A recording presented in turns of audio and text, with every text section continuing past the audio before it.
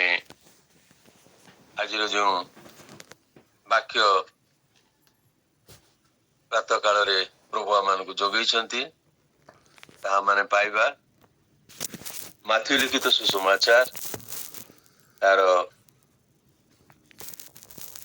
26 पर्व तार 36 पदरु 41 पद पर्यंत जो भाई माने बाइबल आनी से माने पढ़िबारे टिके मते सहाय्य करिवे।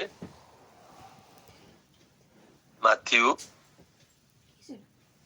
तार 26 पर्व 36 पदरु 41 पद पर्यंत।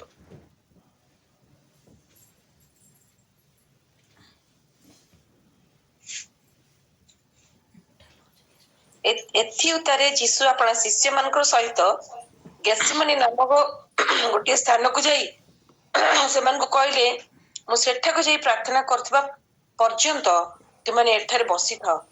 आ से पितर ओ जेबोदी को दुई पुत्र को सांगरे घेनी शोकाकुल व्यथित हेबाक लागिले।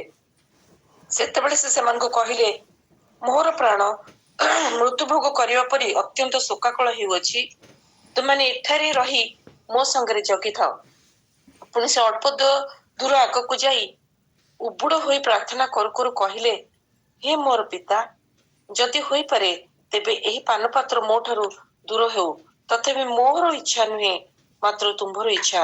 आ से शिष्य मान को निकट को आसी से मान को निद्रित देखिले मो पितर को कहले, तुमे माने कि मो संगरे दंडे हेले जागी पारिलो नहीं, परीक्षा जेपरी न पड़ एथिपई जागी रही प्रार्थना कर।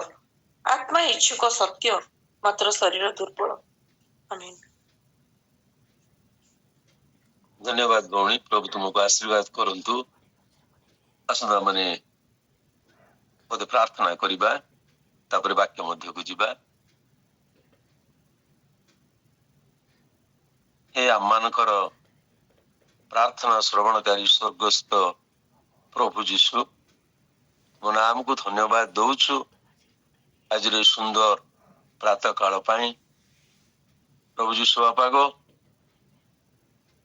अनेक चाहिए आज रे सुंदर प्रातः काल देखिबा पई प्रभु बापा, किंतु से जगत रे नहांती, तुम कोल को चली जाइछंती, किंतु तुम आमान को प्रेम करूछ, तुम आशीर्वाद अनुग्रह दया करिछ, जीवित मानक मध्य नाम स्थान दे आज मुहूर्त पर्यंत बंचाई आनिछ, से धन्यवाद दौचु। धन्यवाद गौरव प्रशंसा संभ्रम जुगे जुगे तुमर हो बापा। प्रभु बापा गो जी समय माने तुम चरण तले ये प्रातः काल रे बसी तुमर वाक्य मर्म बुझा को पारिबु, सेपरी आत्मिक ज्ञान शक्ति आम प्रत्येक को प्रदान कर। शैतान समस्त अस्थिरतारु यांत्रिक त्रुटिरु तुम्हें सुरक्षा प्रदान कर। जहा शुणिबु बापा ताहा जे केवल मन रे रखिबु ताहा नुहे, हृदय रे संचय करिबु ताहा नुहे, से वाक्य अनुसार जेपरि आमे निज निज को परिमार्जित करी से वाक्य अनुसार जेपरि आमे चालिबा को पारिबु, से तुम दया कर। जीशु नाम रे प्रार्थना उत्सर्ग कलु, आमेन। मो प्रथमे मोर परिचयटा देवा पई चाहे। मो ना हैला मनसूर खान, आ मो कटकर सुताहाट रे रहे। आओ प्रभु जीशु अनुग्रह रु मोर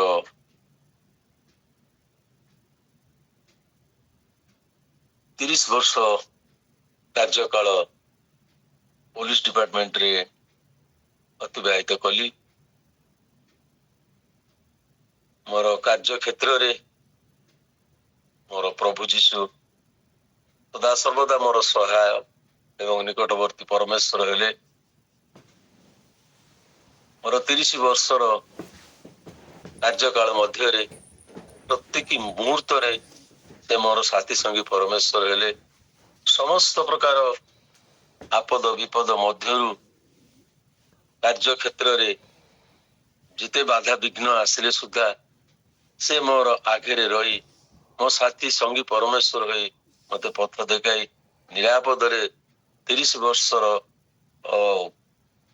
କାର୍ଯ୍ୟକାଳ ସମାପ୍ତ କରି 2010 ମସିହା ଅକ୍ଟୋବର ମାସରେ ମତେ ମୋର କାର୍ଯ୍ୟରୁ ଅବସର ପାଇଲି। ସେଥିପାଇଁ ପ୍ରଭୁ ଯୀଶୁ ବାପାଙ୍କ ନାମକୁ ଧନ୍ୟବାଦ ଦିଏ। ଅନେକ ସମୟରେ ଭାବେ ଯେ ମୋର ଏଇ ଚାକିରି ଜୀବନର 30 ବର୍ଷ କିପରି ମୁଁ କାଟିଲି, ସେ ବିଷୟରେ ଚିନ୍ତା କଲେ ମତେ ଆଶ୍ଚର୍ଯ୍ୟ ଲାଗେ ଯେ ଅନେକ ତାଡ଼ନା, ଅନେକ ବାଧା, ଅନେକ ସମସ୍ୟା ମୋର କାର୍ଯ୍ୟ କ୍ଷେତ୍ରରେ ଆସିଥିଲା, କିନ୍ତୁ ସେ ସମସ୍ତକୁ ଅତିକ୍ରମ କରିବା ନିମନ୍ତେ ମୋ ପ୍ରଭୁ ଯୀଶୁ ବାପା ମତେ ସାହାଯ୍ୟ କଲେ, ମୋର ସହିତ ପରମେଶ୍ୱର ହେଲେ। ସେଥିପାଇଁ ମଧ୍ୟ ଧନ୍ୟବାଦ ଦିଏ। ମୋର କେବଳ 2 ଗୋଟି ପୁଅ, ଆଉ ସେମାନେ ମଧ୍ୟ ଆମମାନଙ୍କର ହିନ୍ଦୁସ୍ତାନ ପେଟ୍ରୋଲିୟମ କମ୍ପାନୀରେ ଚାକିରି କରନ୍ତି। ଆମର ଚାକିରି ଜୀବନ ମଧ୍ୟରେ ଅନେକ ସମୟରେ ପ୍ରଭୁଙ୍କର ସାନ୍ନିଧ୍ୟ ଲାଭ କରିଛି। ଆଉ ମତେ ଦୟା କରିଛନ୍ତି। ମୋର ନାଁ ମନସୁର ଖାନ ହେଲେ ମଧ୍ୟ ଆପଣମାନେ ଭାବୁଥିବେ ଆଜି ଆମମାନଙ୍କୁ ପ୍ରଭୁ ଯୀଶୁ ଗୋଟେ ମୁସଲମାନ ଭାଇ କି ତାଙ୍କର ବାକ୍ୟର ଭାଙ୍ଗିବା ନିମନ୍ତେ ସାହାଯ୍ୟ କରିଛନ୍ତି। ସେଥିପାଇଁ ମୁଁ ମଧ୍ୟ ପ୍ରଭୁ ଯୀଶୁ ବାପାଙ୍କୁ ଧନ୍ୟବାଦ ଦିଏ। ତାଙ୍କର ଦୟାରୁ, ତାଙ୍କର କରୁଣାରୁ, ତାଙ୍କର ଅନୁଗ୍ରହରୁ ଆଜି ଆମେ ପ୍ରତ୍ୟେକ ଆଜିର ସୁନ୍ଦର ପ୍ରାତଃ କାଳ ଦେଖିଛୁ। ଅନେକ ଚାହିଁଥିଲେ ଏ ପ୍ରାତଃ କାଳ ଦେଖିବା ପାଇଁ, କିନ୍ତୁ ସେମାନେ ଏ ଜଗତରେ ନାହାନ୍ତି। କିନ୍ତୁ ଆମମାନେ ଅଯୋଗ୍ୟ, ପାପୀ, ଆମମାନଙ୍କର ସେପରି କୌଣସି ଧାର୍ମିକତା କି ପବିତ୍ରତା ନଥିଲେ ମଧ୍ୟ ସେ ଆମମାନଙ୍କୁ ଅନେକ ଅନେକ ଆଶୀର୍ବାଦ କରି ଏଇ 11 ମାସର 23 ଦିନର ପ୍ରାତଃ କାଳ ଦେଖିବାକୁ ଦେଲେ। ସେଥିପାଇଁ ପ୍ରଭୁ ଯୀଶୁ ବାପାଙ୍କୁ ଧନ୍ୟବାଦ ଦିଏ। ପ୍ରେଜ ଦ ଲର୍ଡ, ହାଲେଲୁୟା। ଆମମାନେ ଯେପରି ତାଙ୍କର ନାମକୁ ଆହୁରି ଗୌରବାନ୍ୱିତ କରିବାକୁ ପାରିବା, ସେଥିପାଇଁ ପ୍ରଭୁ ଆମ ପ୍ରତ୍ୟେକଙ୍କୁ ସାହାଯ୍ୟ କରନ୍ତୁ। ମୁଁ 1975 ମସିହାରେ ପ୍ରଭୁ ଯୀଶୁଙ୍କୁ ମୋର ବ୍ୟକ୍ତିଗତ ତ୍ରାଣକର୍ତ୍ତା ରୂପେ ଗ୍ରହଣ କରିଛି। ଆଉ ସେହି ଦିନ ଠାରୁ ମୁଁ ତାଙ୍କର ପ୍ରେମର ବିଷୟରେ ଜାଣିବାକୁ ପାରିଲି, ଯେ କି ମୋ ନିମନ୍ତେ ଏଇ ଜଗତକୁ ଆସିଥିଲେ, ତାଙ୍କର ଲହୁ ଢାଳି ମୋର ପାପପୂର୍ଣ୍ଣ ଜୀବନରୁ ମତେ ମୁକ୍ତ କରିଥିଲେ। ସେଇ ବିଶ୍ୱାସ, ସେଇ ଭରସା ନେଇ ମୁଁ ଆଜି ପର୍ଯ୍ୟନ୍ତ ତାଙ୍କ ଚରଣ ତଳେ ସଦା ସର୍ବଦା ପ୍ରାର୍ଥନାରେ ଲାଗି ରହିଛି। 2010ରେ ଯେତେବେଳେ ମୁଁ ମୋର କାର୍ଯ୍ୟରୁ ଅବସର ନେଲି, ତା ଆଗରୁ ମଧ୍ୟ ମୁଁ ପ୍ରଭୁଙ୍କ କାର୍ଯ୍ୟରେ ଲିପ୍ତ ଥାଏ। ସବୁ ସଭା ସମିତି ସମ୍ମିଳନୀ ଯେଉଁଠାରେ ହୁଏ ସେଠାରେ ଯୋଗ ଦେଇଥାଏ। ମୋର କାର୍ଯ୍ୟକାଳ ଶେଷ ହେବା ପରେ 2016 ମସିହାରେ ଆମର କଟକ ଠାରେ ଜିଜସ୍ କଲ୍ସ ପ୍ରେ ଟାୱାର ବା ଯୀଶୁ ଡାକନ୍ତି ତତେ ପ୍ରାର୍ଥନା ଭବନର ଉଦ୍ଘାଟନ ହେଇଥିଲା 2016 ମସିହା ଜୁନ ମାସରେ। ପ୍ରଭୁ ମତେ ସୁଯୋଗ ଦେଲେ ସେଠାରେ ତାଙ୍କର ଆରାଧନା କରିବା ନିମନ୍ତେ, ତାଙ୍କର ସହଭାଗିତାରେ ଆସିବା ନିମନ୍ତେ। ଆଉ ସେ ପ୍ରାର୍ଥନା ଭବନରେ ମୁଁ ଯୋଗ ଦେଲି। ଗୋଟିଏ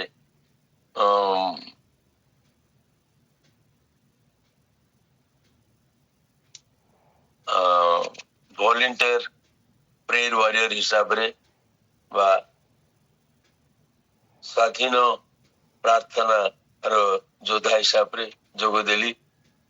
ତାର 3 ବର୍ଷ ପରେ 19 ମସିହାରେ 2019ରେ ମୁଁ ଦିଲ୍ଲୀ ଠାରେ ଯାଇ ଏଇ ପ୍ରାର୍ଥନାର ବିଷୟରେ ଶିକ୍ଷା ନେଲି।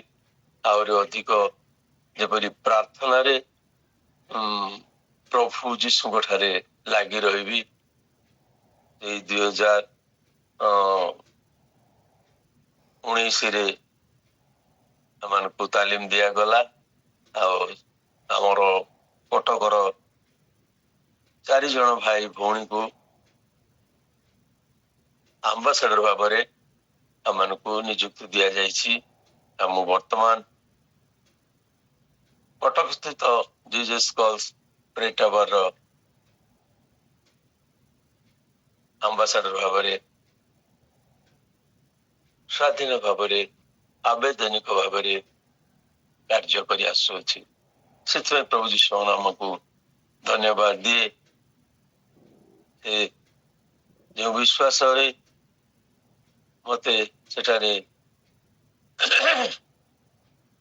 ପ୍ରାର୍ଥନାର ଯୋଦ୍ଧା ହିସାବରେ ବ୍ୟବହାର କରାଯାଉଛି, ମୁଁ ଯେପରି ତାହା ବିଶ୍ୱସ୍ତତାର ତୁଲେଇବାକୁ ପାରିବି। ସେଥିପାଇଁ ଆପଣମାନେ ମୋ ନିମନ୍ତେ ପ୍ରାର୍ଥନା କରିବେ। ଆଜି ଆମମାନେ ଯେଉଁ ବିଷୟ ପ୍ରାର୍ଥନା ଭାବରେ ନେଇଛୁ, ଆଉ ସେଇ ପ୍ରାର୍ଥନା ବିଷୟରେ ମୁଁ କିଛି କହିବାକୁ ଯିବି। ଆଉ ମୁଁ ତ ସେତେ ସୁବକ୍ତା ନୁହଁ। ଆଉ ମୁଁ ଆଜିର ଏଇ ଯୋଉ ପ୍ରାତଃ କାଳର ଉପାସନାରେ ପ୍ରାର୍ଥନାର କଣ ଗୁରୁତ୍ୱ ସେ ବିଷୟରେ ମୁଁ କହିବାକୁ ଚାହେଁ। ଆମେ ଯୋଉ ଶାସ୍ତ୍ରାଂଶ ପଢିଲେ ସେଠାରେ ସେଇ ପ୍ରାର୍ଥନା ବିଷୟରେ ପ୍ରଭୁ ଯୀଶୁ ଏହି ଜଗତରେ ଥିବା ସମୟରେ ତାଙ୍କର ଶେଷ ରାତ୍ରରେ ଏହି ସୁନ୍ଦର ପ୍ରାର୍ଥନାର ବିଷୟ ସେ କହିଥିଲେ। ଆମମାନେ ମାଥ୍ୟୁ, ମାର୍କ, ଲୁକ, ଜୋହନ ଏପରି 4ଟି ସୁସମାଚାର ଅଛି।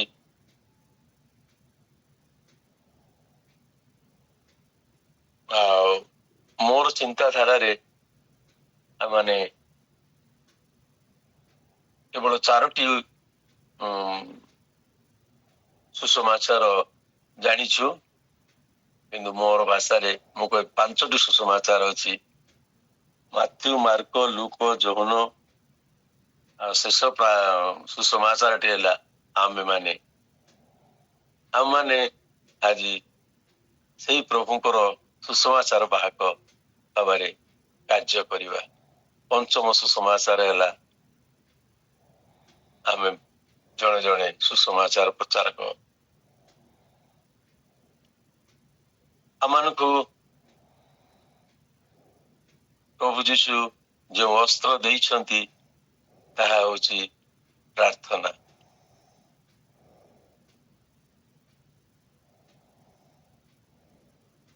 ବିଶେଷ କରି ଆମମାନେ ଆଜି ଚିନ୍ତା କରିବା, ଆଜିର এই ପ୍ରାତଃ କାଳରେ କାହିଁକି ଆମମାନଙ୍କୁ ପ୍ରଭୁ ଯୀଶୁ ସୁଯୋଗ ଦେଇଛନ୍ତି ତାଙ୍କର ଚରଣ ତଳକୁ ଯିବା ପାଇଁ। ପ୍ରାର୍ଥନା ହେଉଛି ଖ୍ରୀଷ୍ଟିଆନର ପ୍ରଧାନ ଅସ୍ତ୍ର। ଯେଉଁ ଅସ୍ତ୍ରକୁ କି ଶୟତାନ ଡରେ। ଶୟତାନ କାହାକୁ ଡରେ ନାହିଁ, ପ୍ରାର୍ଥନାକୁ କେବଳ ଡରେ। ଆମମାନେ ପ୍ରତ୍ୟେକ ଖ୍ରୀଷ୍ଟିଆନର ପ୍ରାର୍ଥନାଶୀଳ ଜୀବନ ହେଲା ପ୍ରଧାନ ଜୀବନ। ଯେଉଁ ଖ୍ରୀଷ୍ଟିଆନର ପ୍ରାର୍ଥନାଶୀଳ ଜୀବନ ନାହିଁ, ମୁଁ କହେ ସେ ଖ୍ରୀଷ୍ଟିଆନ ନୁହଁ। ସେ ଖ୍ରୀଷ୍ଟିଆନ ଘରେ ଜନ୍ମ ହେଇଥାଏ, ତାଙ୍କ ବାପା ମା ଖ୍ରୀଷ୍ଟିଆନ ହେଇପାରିଥାନ୍ତି, ତାଙ୍କର ବଂଶଗତ ସେ ଖ୍ରୀଷ୍ଟିଆନ, କିନ୍ତୁ ସେ ଯଦି ପ୍ରାର୍ଥନାଶୀଳ ଜୀବନ ତାର ନାହିଁ ତାହେଲେ ସେ ପ୍ରକୃତ ଖ୍ରୀଷ୍ଟିଆନ ନୁହେଁ, କେବଳ ନାମଧାରୀ ଖ୍ରୀଷ୍ଟିଆନ। ଆମେ ସମସ୍ତେ ଗୋଟିଏ କଥା ଜାଣୁଛୁ, ମୋର ପ୍ରେୟର ମୋର ବ୍ଲେସିଂ। ଆମେ ଯେତେ ଅଧିକ ପ୍ରାର୍ଥନା କରିବା ଆଉ ଆମେ ସେ ଅଧିକ ଆଶୀର୍ବାଦ ପାଇବା। ଲେସ୍ ପ୍ରେୟର କମ ପ୍ରାର୍ଥନା, ଲେସ୍ ବ୍ଲେସିଂ କମ ଆଶୀର୍ବାଦ ପ୍ରଭୁ ଯୀଶୁଙ୍କ ଠାରୁ ପାଇବା। No prayer no blessing. ଆଜି ଆମେ ଯଦି ପ୍ରାର୍ଥନାଶୀଳ ଜୀବନ ନାହିଁ ଖ୍ରୀଷ୍ଟିଆନର, ତା ଜୀବନରେ ପ୍ରଭୁ ଯୀଶୁଙ୍କର ଆଶୀର୍ବାଦ ମଧ୍ୟ ନାହିଁ। ଆମେ ଜାଣୁ ଯେ ପ୍ରାର୍ଥନା କଣ। ଆଜି ସେ ଯୋଉ ପ୍ରାର୍ଥନା ବିଷୟରେ ଆମେ ଆଲୋଚନା କରିବା, ପ୍ରାର୍ଥନା ହଉଛି ଇଂଲିଶରେ ଆମେ ବାକ୍ୟଟିକୁ ଯଦି ପଢିବା, prayer is simply communication with ଗଡ। ପ୍ରାର୍ଥନା ହଉଛି ଈଶ୍ୱରଙ୍କ ସହିତ ସମ୍ପର୍କ। ଯାହାର ପ୍ରାର୍ଥନା ଜୀବନ ନାହିଁ ତାହାର ଈଶ୍ୱରଙ୍କ ସହିତ, ପ୍ରଭୁ ଯୀଶୁଙ୍କ ସହିତ କୌଣସି ସମ୍ପର୍କ ନାହିଁ। ଆମର ଯଦି ପ୍ରାର୍ଥନାଶୀଳ ଜୀବନ ଅଛି ତାହେଲେ ଆମ ପ୍ରଭୁ ଯୀଶୁଙ୍କ ସହିତ ଆମମାନଙ୍କର ସମ୍ପର୍କ ଅଛି। ଆମେ ଯୋଉ ବାକ୍ୟାଂଶଟି ଆଜି ଆମେ ପଢିଲୁ, ସେଇ ବାକ୍ୟର ମାତୃ ଲିଖିତ ସୁସମାଚାର ତାର 36 ପର୍ବ 26 ପର୍ବ ତାର 41 ପଦଟିକି ବିଷୟରେ ଆଜି ଆମେ ଚିନ୍ତା କରିବା। 41 ପଦଟି ହେଲା, ପରୀକ୍ଷାରେ ଯେପରି ନ ପଡ ଏଥିପାଇଁ ଜାଗି ରହି ପ୍ରାର୍ଥନା କର। ଆତ୍ମା ଇଚ୍ଛୁକ ସତ୍ୟ, ମାତ୍ର ଶରୀର ଦୁର୍ବଳ। ଯୀଶୁ ଜଗତରେ ଥିବା ସମୟରେ ତାଙ୍କର ଏଇ ଶେଷ ରାତ୍ରିରେ ଏଇ ବାଣୀ ସେ ତାଙ୍କର ଶିଷ୍ୟ ମାନଙ୍କୁ କହିଥିଲେ।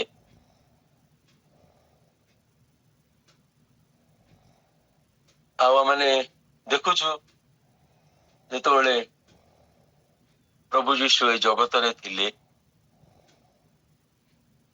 ସେ ଯେତେବେଳେ ସମୟ ପାଆନ୍ତି ତାଙ୍କ ପିତା ଈଶ୍ୱରଙ୍କ ସହିତ ପ୍ରାର୍ଥନାରେ ସଦାସର୍ବଦା ଲାଗି ରହିଥାନ୍ତି।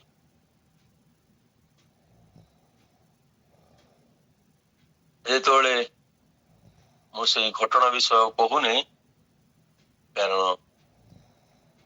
ଶେଷ ରାତ୍ରିରେ ଜଗତରେ ଥିବା ସମୟରେ ସେ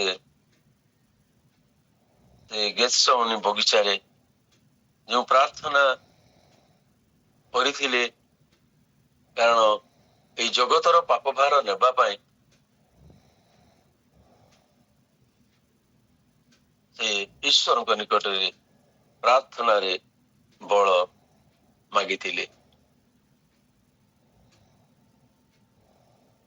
ଜଗତରେ ଥିବା ସମୟରେ ଯୋଉ ସୁନ୍ଦର ପ୍ରାର୍ଥନାଶୀଳ ଜୀବନ କାଟିବା ନିମନ୍ତେ ଆମମାନଙ୍କୁ ଦେଖେଇ ଯାଇଛନ୍ତି, ତାହା ମାନେ ପ୍ରତ୍ୟେକ ଅନୁକରଣ କରିବା ଆବଶ୍ୟକ।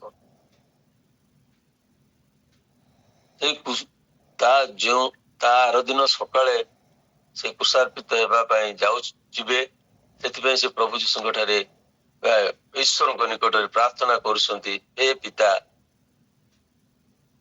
ମୁଁ ଯେପରି କୃଷିୟ ମୃତ୍ୟୁ ବରଣ କରିବାକୁ ପାଇବି, ସେପରି ତୁମେ ମତେ ଶକ୍ତି ଦିଅ। ସେଇ ପ୍ରାର୍ଥନା ଦ୍ୱାରା ହିଁ ସେଇ କୁଶାର୍ପିତ ହେଇ ଆମମାନଙ୍କୁ ପାପ ପଥରୁ ଆମମାନଙ୍କର ପାପରୁ ସେ ଆମମାନଙ୍କୁ ଉଦ୍ଧାର କଲେ।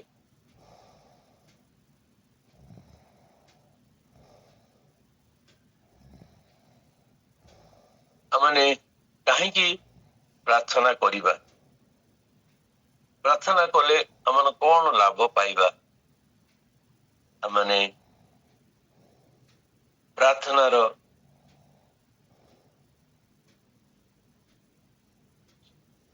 ଦ୍ୱାରା ହିଁ ଆମମାନେ ଶକ୍ତି ପ୍ରାପ୍ତ ହେବା।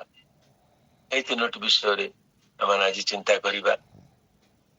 ଏ ବାକ୍ୟରେ ସେ କହିଛନ୍ତି ପରୀକ୍ଷାରେ ଯେପରି ନ ପଡ। এই ଜଗତରେ ଅନେକ ପରୀକ୍ଷା ଅଛି, ଅନେକ ସମସ୍ୟା ଅଛି, ଅନେକ ରୋଗ ଅଛି, ଅନେକ ଦୁଃଖ ଅଛି, ଅନେକ ତାଡନା ଅଛି। এই ସମସ୍ତ ପରୀକ୍ଷାରୁ ଆମମାନେ ଉତ୍ତୀର୍ଣ୍ଣ ହେବାକୁ ହେଲେ ଆମମାନଙ୍କୁ ପ୍ରାର୍ଥନାଶୀଳ ଜୀବନ କାଟିବାକୁ ପଡିବ। ତାହେଲେ ଆମମାନେ ପରୀକ୍ଷାରେ ଉତ୍ତୀର୍ଣ୍ଣ ହେଇପାରିବା। ଆମମାନେ ବାକ୍ୟରେ ଅନେକ ଜାଗାରେ ଦେଖିଛୁ ଯେ ପୁରାତନ ନିୟମରେ ଯେ ଆମେ ଆମମାନଙ୍କର ଅର୍ଜିତ ଧନର ଦଶମାଂଶ ପ୍ରଭୁଙ୍କ ରାଜ୍ୟର କାର୍ଯ୍ୟ ନିମନ୍ତେ ଦେବା, ଯାହା ଦ୍ୱାରା କି ଆମମାନେ ଆଶୀର୍ବାଦ ପ୍ରାପ୍ତ ହେବା। ଖାଲି ଯେ ଆମମାନଙ୍କୁ କୁହାଯାଇଛି, ଆଉ ଆମମାନଙ୍କର ନୂତନ ନିୟମରେ କୋଉଠି କୁହାଇ ନାହିଁ ଯେ ତୁମେ ତୁମର ଦଶମାଂଶ ଦିଅ ବୋଲି। ଆମମାନଙ୍କର ପ୍ରତ୍ୟେକଟି ବିଷୟର ଦଶମାଂଶ, ସମୟର, ପରିଶ୍ରମର, ଅର୍ଥର, ପ୍ରତ୍ୟେକଟି ବିଷୟର ଦଶମାଂଶ ପ୍ରଭୁ ଯୀଶୁ ଚାହାନ୍ତି। ଆମେ ଆଜି ନିଜେ ନିଜକୁ ଚିନ୍ତା କରିବା, ନିଜେ ନିଜକୁ ପରୀକ୍ଷା କରିବା ଯେ ଯୋଉ 24 ଘଣ୍ଟା ଆଜି ପ୍ରଭୁ ଯୀଶୁ ଆମମାନଙ୍କୁ ଦେବେ, ବା ଯୋଉ 24 ଘଣ୍ଟା ଦିନର ଜୀବନରେ ଆମକୁ କଣ 2 ଘଣ୍ଟା 40 ମିନିଟ ପ୍ରଭୁଙ୍କ ପାଇଁ ଦଉଛୁ କି? ପ୍ରାର୍ଥନାରେ, ତାଙ୍କ ବାକ୍ୟ ପାଠରେ, ତାଙ୍କର ଆରାଧନାରେ। ସେଥିପାଇଁ ସେଦିନ ସେ ଶିଷ୍ୟ ମାନଙ୍କୁ କହିଥିଲେ, ତମ ଜୀବନରେ ଶୟତାନ ଅନେକ ପରୀକ୍ଷା ଆଣିବ, ଅନେକ ତାଡନା ଆଣିବ, ଅନେକ କଷ୍ଟ ଆଣିବ, ଅନେକ ସମସ୍ୟାରେ ପକେଇବ, କିନ୍ତୁ ଜାଗି ରହି ପ୍ରାର୍ଥନା କରିବ, ତାହେଲେ এই ସମସ୍ତ ପ୍ରକାର ପରୀକ୍ଷାରୁ ଉତ୍ତୀର୍ଣ୍ଣ ହେଇପାରିବ। ମୋର ଖ୍ରୀଷ୍ଟରେ ପ୍ରିୟ ଭାଇ ଭଉଣୀ ମାନେ, ଆମେ କଣ ଆମର ସମୟର ଦଶମାଂଶ ଆଜି ଦେଇପାରୁଛେ? ମୁଁ ନିଜକୁ ପରୀକ୍ଷା କରି ମୁଁ କଣ ଦେଇପାରୁଛି? ଅତି ବେଶୀ ହେଲେ ଘଣ୍ଟାଟି ଯଦି ପ୍ରାର୍ଥନାରେ ବସେ ବା ପ୍ରଭୁ ଯୀଶୁଙ୍କର ଆରାଧନାରେ ବସେ, ବ୍ୟତିବ୍ୟସ୍ତ ହେଇଯାଏ। ଆମମାନେ 2.5 ଘଣ୍ଟା 3 ଘଣ୍ଟା ମୁଭି ଦେଖିଥାଉ, ଆମୋଦ ପ୍ରମୋଦ କରିଥାଉ ବସି ଘରେ ପରିବାର ସହିତ। ଆଜି ମୁଁ, ମୋ ପରିବାର, ମୋର ମଣ୍ଡଳୀ, ମୋର ଖ୍ରୀଷ୍ଟୀୟ ଭାଇ ଭଉଣୀ ମାନେ କଣ 2 ଘଣ୍ଟା 40 ମିନିଟ ଆମେ ପ୍ରଭୁଙ୍କ ପାଇଁ ଦେଇପାରୁଛେ କି? ପ୍ରଭୁ ଯୀଶୁ ଆପା ମାନଙ୍କୁ ସେଇ ପ୍ରକାର ଆଶୀର୍ବାଦ କରନ୍ତୁ। ଆମେ ଯେପରି এই ପ୍ରାର୍ଥନାର ଗୁରୁତ୍ୱ ବୁଝି ତାଙ୍କ ସହିତ ଜୀବନର ଶେଷ ସନ୍ଧ୍ୟା ପର୍ଯ୍ୟନ୍ତ ଲାଗି ରହିପାରିବା। ଅନେକ ପରୀକ୍ଷା ଆମମାନଙ୍କ ଜୀବନରେ ପ୍ରଭୁ ଆଣିଥାନ୍ତି। ସେଇ ପରୀକ୍ଷାରେ ଯେପରି ଆମେ ଉତ୍ତୀର୍ଣ୍ଣ ହବା, ସେଥିପାଇଁ ସେ କହୁଛନ୍ତି ଯେ ସଦା ସର୍ବଦା ଜାଗି ରହି ତୁମେମାନେ ପ୍ରାର୍ଥନା କର। ଆମେ ଦେଖୁଛୁ ଯୋଉମାନେ ପ୍ରାର୍ଥନାଶୀଳ ଜୀବନ କାଟିଥିଲେ, ଯେଉଁ ଈଶ୍ୱରଙ୍କର ବିଶ୍ୱାସୀ ମାନେ, ସେମାନେ ସେଇ ପରୀକ୍ଷାରୁ ଉତ୍ତୀର୍ଣ୍ଣ ହେଇଥିଲେ। ଆମେ ଯଦି ଦାନିଏଲଙ୍କର ଜୀବନକୁ ଦେଖିବା, ଦାନିଏଲଙ୍କ ଜୀବନ ପ୍ରାର୍ଥନାଶୀଳ ଜୀବନ ଥିଲା। ସେ ଦିନରେ ସକାଳୁ, ଅପରାହ୍ନ, ସନ୍ଧ୍ୟାରେ ପ୍ରାର୍ଥନା କରି ଈଶ୍ୱରଙ୍କ ସହିତ ସମ୍ପର୍କ ରଖିଥିଲେ। ଆଉ ସେଇ ପ୍ରାର୍ଥନା ଦ୍ୱାରା ହିଁ ସେ ଈଶ୍ୱରଙ୍କ ସହିତ ସଦା ସର୍ବଦା ସଂଯୁକ୍ତ ହୋଇ ରହିଥିଲେ। ଜଗତର ଲୋକମାନେ ରାଜାଙ୍କୁ କହି ତାଙ୍କୁ ସିଂହ ଗାତରେ ପକେଇ ଦେଇଥିଲେ। କାରଣ ରାଜାଙ୍କର ପ୍ରତିମୂର୍ତ୍ତି କି ଯିଏ ନ ମୁଣ୍ଡିଆ ମାରିବ ବା ରାଜାଙ୍କ ନିକଟରେ ଚରଣ ତଳେ ଯିଏ ନ ପ୍ରାର୍ଥନା କରିବ ତାହାକୁ ସିଂହ ଗାତରେ ପକେଇବା ପାଇଁ ଆଦେଶ ହେଇଥିଲା। କାରଣ ରାଜା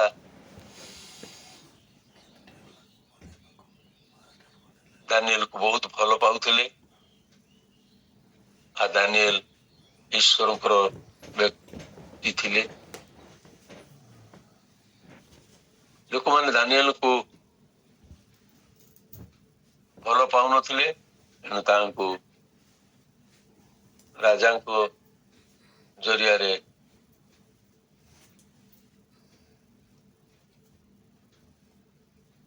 ପରୀକ୍ଷାରେ ପକେଇ ସିଂହ ଗାତରେ ପକେଇ ଦିଆଯାଇଥିଲା।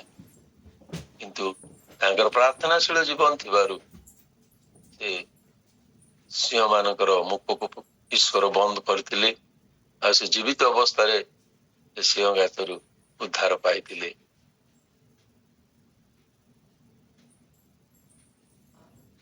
ଆଉ ମୁଁ କହିବାକୁ ଚାହେଁ ଯେ ପ୍ରଥମରୁ ମୁଁ କହିଛି ମୁଁ ସୁବକ୍ତା ନୁହଁ, ମୁଁ ପଦ ପର୍ବ ମନେ ରଖିପାରେ ନାହିଁ। ଏଣୁ ମାନେ ସେଇ ପୁରାତନ ନିୟମର ଆଉ ଗୋଟେ ବିଷୟ ଦେଖିବା, ସଦ୍ରେକ୍ ମେଶେକ୍ ଅବେଦନେଗୋ এই ତିନି ଜଣଙ୍କର ପ୍ରାର୍ଥନାଶୀଳ ଜୀବନ, ସେମାନଙ୍କୁ ମଧ୍ୟ ରାଜା ନବୁକଦନେସ୍ସର ତାଙ୍କୁ ପ୍ରଣାମ ନ କରିବା ଯୋଗୁଁ ସେମାନେ କହିଲେ ଆମର ଜୀବନ ଥାଉ କି ନଥାଉ ଆମେ ପ୍ରଭୁ ଈଶ୍ୱରଙ୍କ ଛଡା ଆଉ କାହାକୁ ପ୍ରଣାମ କରିବୁ ନାହିଁ। ତେଣୁ ସେମାନଙ୍କୁ ନେଇ ଅଗ୍ନିକୁଣ୍ଡରେ ପକା ଯାଇଥିଲା। ସେଇ ଅଗ୍ନିକୁଣ୍ଡରୁ ସେମାନେ ସୁରକ୍ଷିତ ଭାବେ ନିରାପଦରେ ଉଦ୍ଧାର ପ୍ରାପ୍ତ ହେଇଥିଲେ। ଆଉ ତାଙ୍କର ଦେହର କପଡାରେ ମଧ୍ୟ ଅଗ୍ନି ଲାଗିନଥିଲା। ଆଉ ସେଇ ଏମାନଙ୍କୁ ଦେଖି ତିନି ଜଣଙ୍କୁ ତ ମୁଁ ନିଆଁରେ ପକେଇଲି, ଆଉ ଚତୁର୍ଥ ଜଣ କିଏ ତାଙ୍କ ସହିତ ବୁଲୁଛି ବୋଲି ଦେଖିଲେ, ସେ ଆମମାନଙ୍କର ପ୍ରଭୁ ଯୀଶୁ।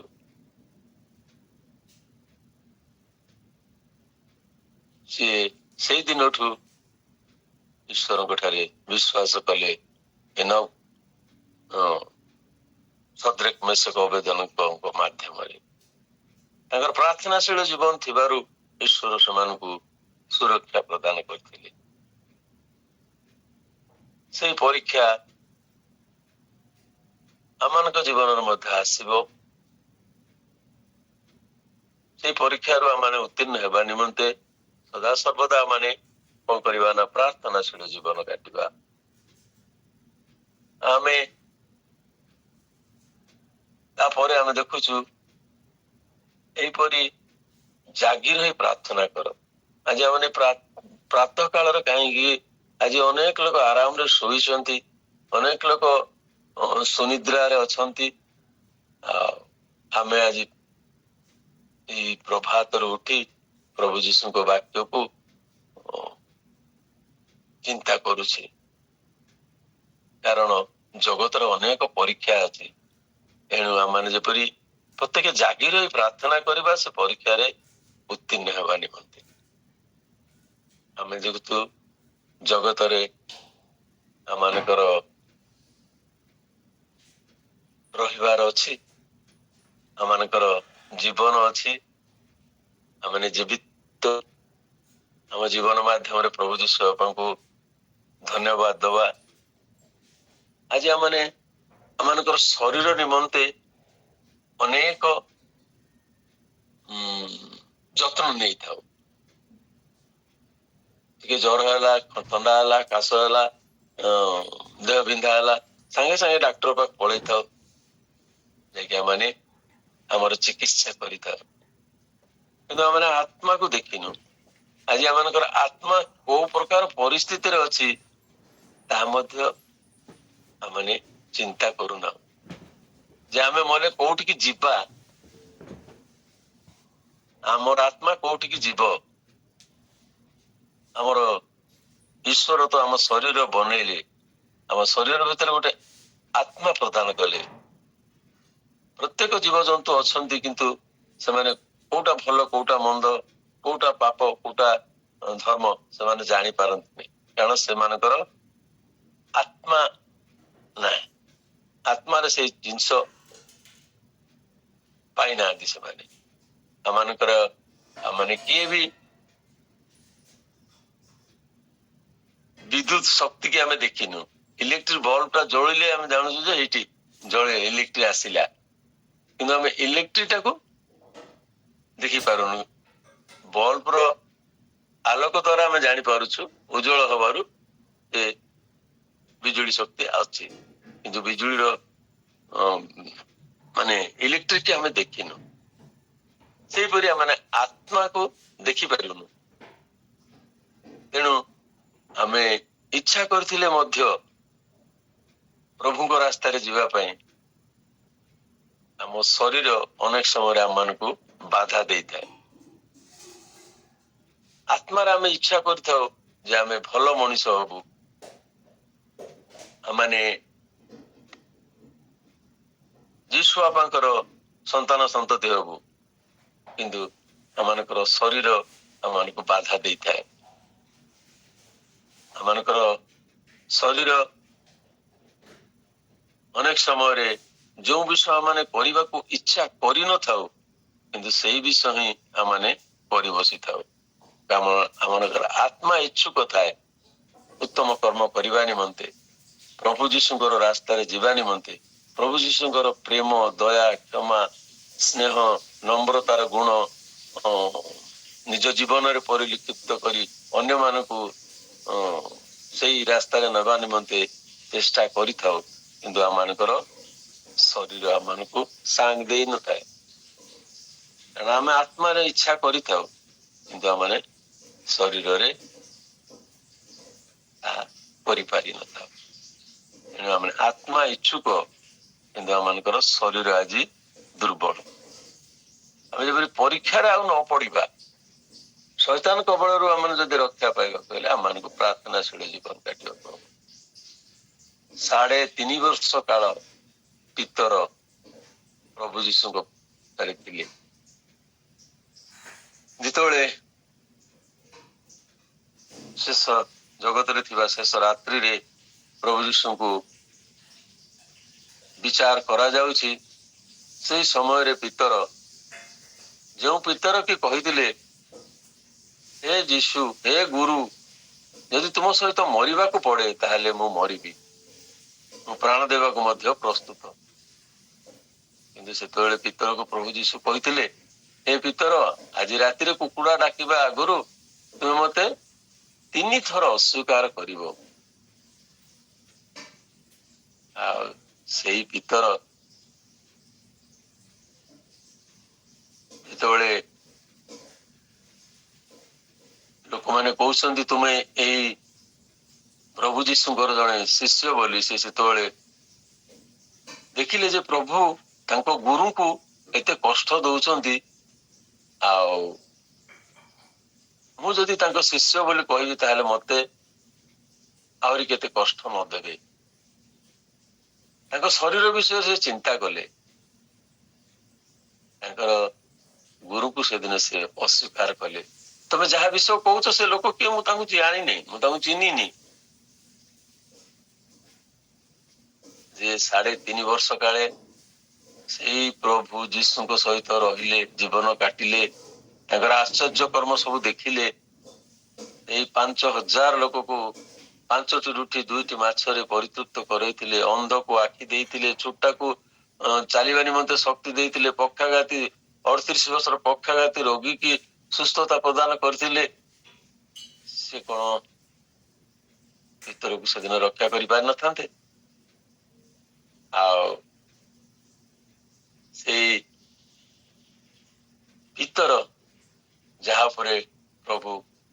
ତୁମେ ପଥର, ତୁମ ଉପରେ ମୁଁ ମଣ୍ଡଳୀ ସ୍ଥାପନ କରିବି।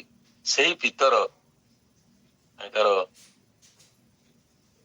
ଶରୀରର ବଶରେ ହେଇ ସେଦିନ ପ୍ରଭୁ ଯୀଶୁଙ୍କୁ ଅସ୍ୱୀକାର କରିଥିଲେ। ଆଉ ମୁଁ ଭାବୁଛି ଏଇ ଯୋଉ ପ୍ରାର୍ଥନା ଦଳ ଏ ରାତ୍ରି 4ଟାରୁ ଯୋଉ ପ୍ରାର୍ଥନା ଆରମ୍ଭ କରିଛନ୍ତି, ପିତର ସେଇଦିନ ଅସ୍ୱୀକାର କରି ବାହାରକୁ ଯାଇ ସେଇ କୁକୁଡ଼ା ଠିକ ରାତି 4ଟାରେ ଡାକେ। ଆଜି ଆମର ଏଇ ଖ୍ରୀଷ୍ଟରେ ଭାଇ ଭଉଣୀ ମାନେ ରାତି 4ଟାରୁ ପ୍ରଭୁଙ୍କ ଚରଣ ତଳେ ବସି ତାଙ୍କର ଆରାଧନା, ପ୍ରାର୍ଥନା, ତାଙ୍କର ନିବେଦନ ସବୁ ପ୍ରଭୁଙ୍କୁ ଜଣାଉଛନ୍ତି। ଜଣେଇବା ନିମନ୍ତେ ମତେ ମଧ୍ୟ ସୁଯୋଗ ଦେଇଛନ୍ତି। ପିତର ସେଦିନ ରାତି 4ଟାରେ ବାହାରକୁ ଯାଇ କାନ୍ଦି କାନ୍ଦି ପ୍ରଭୁଙ୍କ ନିକଟରେ ପ୍ରାର୍ଥନା କଲେ ଯେ ପ୍ରଭୁ, ମୁଁ କି ଭୁଲ କାମ କଲି, ମୁଁ ଶରୀରର ବସରେ ଆସି ତୁମକୁ ଅସ୍ୱୀକାର କଲି। ସେଇ ଦିନ ଠାରୁ ପିତର ତାଙ୍କର ଜୀବନର ଶେଷ ସନ୍ଧ୍ୟା ପର୍ଯ୍ୟନ୍ତ ଭୋର 4ଟାରୁ ଉଠି କାନ୍ଦି କାନ୍ଦି ସେ ତାଙ୍କର ସେ ପାପ ନିମନ୍ତେ, ତାଙ୍କର ସେ ଯୀଶୁଙ୍କୁ ଚିହ୍ନି ନାହିଁ, ଜାଣି ନାହିଁ ବୋଲି ଯୋଉ କହିଥିଲେ, ସେ ନିମନ୍ତେ ଅନୁତାପ କରି ପ୍ରାର୍ଥନା କରୁଥିଲେ ରାତି 4ଟାରୁ ଉଠି। ଆମମାନେ ଜାଣୁଛୁ କାହିଁକି ଆମମାନଙ୍କୁ ପ୍ରାର୍ଥନା କରିବା ପାଇଁ ପ୍ରଭୁ ଯୀଶୁ କହିଲେ। ଏଇ ଜଗତରେ ଥିବା ସମୟରେ ସେ ଯେଉଁ ପ୍ରାର୍ଥନା କରିବା ନିମନ୍ତେ ଆମକୁ ଜଣେଇଛନ୍ତି, ଶେଷ ରାତ୍ରିରେ ଏ ବାକ୍ୟ ମାଧ୍ୟମରେ ମାଥ୍ୟୁ ସୁସମାଚାରରେ ଆମମାନେ ମଧ୍ୟ ଯେପରି ପରୀକ୍ଷାରେ ନ ପଡିବା, ଶୈତାନର ଜାଲରେ ନ ପଡିବା, ତାର ଶୈତାନ ଜାଲରୁ ଯେପରି ଆମମାନେ ସୁରକ୍ଷା ପାଇପାରିବା। ପ୍ରାର୍ଥନା କଲେ କଣ ଆମର ଲାଭ ହୁଏ, ଆମେ ଏଥିରୁ ଜାଣିପାରିବା ଯେ ଶୈତାନକୁ ଜୟ କରିବା କହିଲେ ଆମ ଜୀବନରେ ପ୍ରାର୍ଥନା ନିତାନ୍ତ ଆବଶ୍ୟକ। ଯେଉଁ ମନୁଷ୍ୟର ପ୍ରାର୍ଥନାଶୀଳ ଜୀବନ ନାହିଁ, ତାର ଦୁର୍ବଳତାର ଜୀବନ ଆସିଯାଏ। ଆମେ ଯଦି ପ୍ରାର୍ଥନାଶୀଳ ଜୀବନ କାଟିବା, ସଦା ସର୍ବଦା ଆମମାନଙ୍କୁ ପ୍ରଭୁ ଯୀଶୁ ସହାୟ ହେବେ। ତାଙ୍କର ସନ୍ତାନ ହିସାବରେ ସେ ଆମମାନଙ୍କୁ ସୁରକ୍ଷା ପ୍ରଦାନ କରିବେ। ଆମମାନେ ପାଉଲଙ୍କ ଜୀବନରେ ଦେଖିଲୁ, ଯେତେବେଳେ ସେ କାରାଗାରରେ ଥିଲେ, ମଣ୍ଡଳୀ ପ୍ରାର୍ଥନା କରିଥିଲେ, ଆଉ ସେ କାରାଗାରରୁ ମୁକ୍ତ ହେଇଥିଲେ।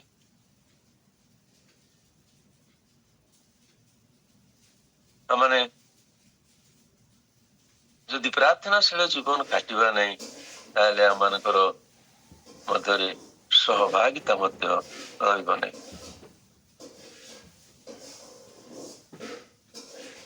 ଏଣୁ ଯୀଶୁ ବାପା କହିଛନ୍ତି, ଜାଗି ରହି ସଦା ସର୍ବଦା ପ୍ରାର୍ଥନା କର। ଜାଗି ରହି ସଦା ସର୍ବଦା ପ୍ରାର୍ଥନାଶୀଳ ଜୀବନ କାଟ। ଆଜି ଆମମାନଙ୍କର ପରିବାରରେ, ଆଜି ଆମମାନଙ୍କର ସମାଜରେ, ଆଜି ଆମମାନଙ୍କର ମଣ୍ଡଳୀ ମଧ୍ୟରେ ସେଇ ପ୍ରାର୍ଥନା ନାହିଁ। ଆଜି ଆମମାନେ ଆସନ୍ତା ମାସରେ ବଡଦିନ ବା ଯୀଶୁଙ୍କର ଜନ୍ମ ଜୟନ୍ତୀ ପାଳନ କରିବା। ସେଦିନ ଦେଖିବେ ଗିର୍ଜା ଘରେ, ଉପାସନାଳୟରେ ଜାଗା ନଥିବ, ଲୋକ ଭର୍ତ୍ତି, ଦାଣ୍ଡରେ, ବରଣ୍ଡାରେ ଯେତେ ଲୋକ ଥିବେ ସବୁ ଆସି ସେଇ ଜନ୍ମ ଜୟନ୍ତୀ ଉତ୍ସବରେ ଉପାସନାରେ ଯୋଗ ଦେବେ। ଆମମାନେ ସେହିପରି ନୂତନ ବର୍ଷରେ, ପୁନରୁତ୍ଥାନରେ, ଗୁଡ ଫ୍ରାଇଡେରେ ଦେଖିବେ ଚର୍ଚ୍ଚ ମାନଙ୍କରେ, ମଣ୍ଡଳୀ ମାନଙ୍କରେ ଜାଗା ନଥିବ। ଯଦି ସେହିପରି ଭାବେ କୋଉ ଦିନ ଉପବାସ ପ୍ରାର୍ଥନାର ବିଜ୍ଞାପନ ଦିଆଯାଇଥିବ ବା ନିବେଦନ କରାଯାଇଥିବ ମଣ୍ଡଳୀ, ସେଦିନ ଦେଖିବେ ଗିର୍ଜା ଘରେ ଗଣି ଗଣି 50ରୁ 60 ଜଣ ଲୋକ ଥିବେ ଆଉ ସବୁ ବେଞ୍ଚ ଖାଲି ପଡିଥିବ। ଆଜି ଆମମାନଙ୍କର ମଣ୍ଡଳୀରେ ଆମମାନଙ୍କର ଖ୍ରୀଷ୍ଟିଆନ ମାନଙ୍କର ଜୀବନରେ ପ୍ରାର୍ଥନାଶୀଳ ଜୀବନ ନାହିଁ। ମତେ ଯେତେବେଳେ ଭାଇ କହିଲେ ଯେ ତମେ 23 ତାରିଖ ଦିନ ଆମର ଏଇ ଉପାସନା ପ୍ରାତଃକାଳୀନ ଉପାସନା ଚଳେଇବ ବୋଲି, ମୁଁ ସେଇ ଦିନ ଠାରୁ କଣ ବିଷୟ କହିବି ପ୍ରଭୁ ଯୀଶୁ, କଣ ବିଷୟ କହିବି? ପ୍ରଭୁ କହିଲେ ତତେ ପରା ମୁଁ ସେଇ ଜିଜେସ୍ କଲ୍ସ ର ପ୍ରାର୍ଥନା ଭବନରେ ପ୍ରାର୍ଥନା ଯୋଦ୍ଧା ହିସାବରେ ଦିଲ୍ଲୀରେ ତାଲିମ ଦେଇ ପଠେଇଛି। ପ୍ରଭୁ ଯୀଶୁ ବାପାଙ୍କୁ ଧନ୍ୟବାଦ ଦିଏ ଯେ ମତେ ସେଇ ପ୍ରାର୍ଥନା ବିଷୟ କହିବା ପାଇଁ ଆଜି ମତେ ସେଇ ସୁଯୋଗ ଦେଲେ ଆଉ ସେ ହିଁ ମତେ ସେଇ ପବିତ୍ର ଆତ୍ମା ଦ୍ଵାରା ପରିଚାଳିତ କରାଇଲେ ସୁନ୍ଦର ପ୍ରାର୍ଥନାଶୀଳ ଜୀବନ କାଟିବାର ବାକ୍ୟ ଆପଣମାନଙ୍କ ନିକଟରେ ଥୋଇବା ନିମନ୍ତେ। ଆଜି ଆମେ ସମସ୍ତେ ଦେଖୁ ଆଜି ଆମମାନଙ୍କ ପରିବାରରେ ମଧ୍ୟ ଆଜି ବାପା ମା ଯଦି ପ୍ରାର୍ଥନାଶୀଳ ଜୀବନ କାଟୁଛନ୍ତି, ପିଲାମାନେ ତାଙ୍କର ରୁମ ରେ ଶୋଇଛନ୍ତି। ଆଜି ଆମମାନଙ୍କର ପାରିବାରିକ ପ୍ରାର୍ଥନା ସକାଳ ସନ୍ଧ୍ୟାରେ ଆମର ପାରିବାରିକ ପ୍ରାର୍ଥନା ମଧ୍ୟ ଆମମାନଙ୍କର ପରିବାରରେ ହେଇପାରୁନାହିଁ। ତେଣୁ ଆଜି ଆମମାନେ ସେ ଶୈତାନର ଜାଲରେ ଶୈତାନର ପରୀକ୍ଷାରେ ଆମମାନେ ପଡି ଯାଇଅଛୁ। ତେଣୁ ସେଦିନ ସେଇ ଜଗତରେ ଥିବା ସମୟରେ ଶେଷ ରାତ୍ରିରେ ସେ ତାଙ୍କର ଶିଷ୍ୟମାନଙ୍କୁ, ସେଇ ଶିଷ୍ୟମାନେ ହେଲୁ ଆମମାନଙ୍କୁ କହୁଛନ୍ତି ପରୀକ୍ଷାରେ ଯେପରି ନ ପଡ ଏଥିପାଇଁ ଜାଗି ରହି ପ୍ରାର୍ଥନା କର। ଆମେ ସେ ପରୀକ୍ଷାରେ ଉତ୍ତୀର୍ଣ୍ଣ ହେବା ନିମନ୍ତେ ଜାଗି ରହି ପ୍ରାର୍ଥନା କରିବା, ଯାହା ଦ୍ୱାରା କି ଆମେ ଜଣକୁ ଜୟ ଲାଭ କରିପାରିବା, ଦ୍ୱାରା କି ଆମେ ଖ୍ରୀଷ୍ଟଙ୍କର ପରିଚୟ ଆମମାନଙ୍କର ଜୀବନ ମାଧ୍ୟମରେ, ଆମମାନଙ୍କର ଆଚାର ବ୍ୟବହାର ମାଧ୍ୟମରେ, ଆମମାନଙ୍କର କାର୍ଯ୍ୟକଳାପ ମାଧ୍ୟମରେ ଆମ ପ୍ରଭୁ ଯୀଶୁ ବାପାଙ୍କୁ ଗୌରବାନ୍ୱିତ କରିବା, ତାଙ୍କର ପରିଚୟ ଅନ୍ୟମାନଙ୍କ ନିକଟରେ ପ୍ରଦାନ କରିପାରିବା। ଆସନ୍ତୁ ମାନେ ଯେଉଁ ବାକ୍ୟ ଆଜି ଶ୍ରବଣ କଲେ ତାହା ଯେପରି ଆମେ ହୃଦୟ ମଧ୍ୟରେ ସଞ୍ଚୟ କରି ରଖିବା ତାହା ନୁହେଁ, ଆମମାନଙ୍କର କର୍ମମୟ ଜୀବନରେ ତା ପରିପ୍ରକାଶ କରି ଆମ ପ୍ରଭୁ ଯୀଶୁ ବାପାଙ୍କୁ ଗୌରବାନ୍ୱିତ, ପ୍ରଶଂସାନ୍ୱିତ ଏବଂ ମହିମାନ୍ୱିତ କରିବା। ପ୍ରଭୁ ଆମମାନଙ୍କର ଏଇ ଅଳ୍ପ ଚିନ୍ତା ଉପରେ ଆଶୀର୍ବାଦ କରନ୍ତୁ। ପଦେ ପ୍ରାର୍ଥନା କରି ଆମେ ଶେଷ କରିବା। हे मोहर प्रार्थना श्रवणकारी प्रभु जीशु, तुम नाम को धन्यवाद दिए